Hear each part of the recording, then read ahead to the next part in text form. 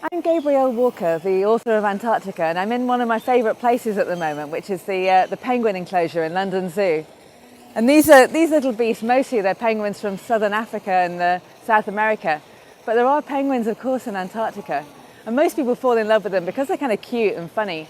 But I fell for them because they're so feisty. I saw a knee-high little Antarctic penguin walk up to someone and whack him on the shin and leave him, ow, with a massive bruise. Because they're not scared of anybody. They just march around and they do their thing.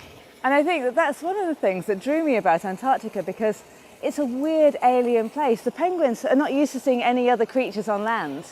They're not scared of humans because they don't have any predators on land, because there's almost no life there. When you go from the sea into the continent, it's almost completely empty. So the first time I went there, it's like walking on another planet. It's just ice and rock, no trees, no plants, nothing else. No humans have ever lived there. So it really is like walking on the moon or walking on Mars, and that's what excited me when I first went there. Of course, it's also cold, and that feeling when you're in the interior, when it's minus 40 or minus 50 degrees C, and you breathe in and the hairs inside your nose sort of freeze, and you get this kind of rasping down your throat, and you're ready to kind of shiver and you feel kind of dizzy. But there's some kind of purity and cleanliness and clarity about the air there, and the feeling of walking on the snow, and that view of just nothing but flat white ice everywhere you look for 1,000 miles. And when you're walking on that, somehow it strips everything else away and you start to focus in on, I don't know, what really seems to matter. One of the reasons that I wrote this book was I wanted to tell the stories that I encountered on the many trips that I went down there. So the people I met, the scientists and the science that they were doing, the people studying meteorites or looking into the sky and looking at the very origins of the universe, the people studying a valley that time forgot, where it hasn't rained for 15 million years, the people studying the penguins and the whales and the seals, and looking for life in the most extraordinary places, breaking open rock and finding life in it. And one of the things that I found most extraordinary about those stories, even the heroic explorers that went there for the first time, they wanted to conquer the place, they wanted to defeat it or be strong in it. But in the end, the people who go there feel kind of humble. That's what it feels like. Antarctica's bigger than us, and it always sort of will be.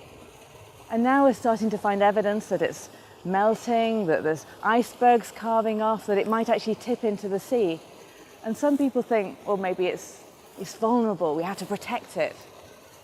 And yet, one of the things that I really loved is that if you want to go somewhere in Antarctica, you can be the biggest power in the world, you can have the best helicopters or planes or everything, but if Antarctica says no, you don't go.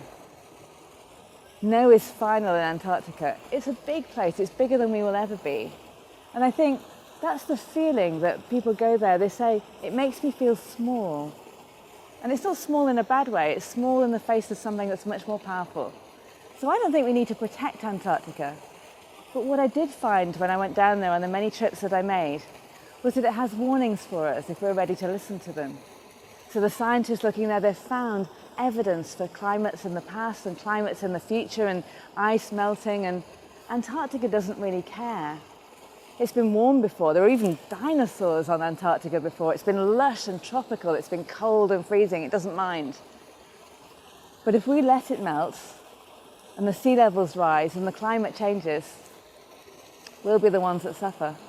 This is a place that humans have never lived, but it's a place that has something to tell us if we really want to hear it. So I tried to pull in the science, the adventure, the history, and what it feels like to be there, so that we end up with a portrait, if you like, an intimate portrait of this most extraordinary place.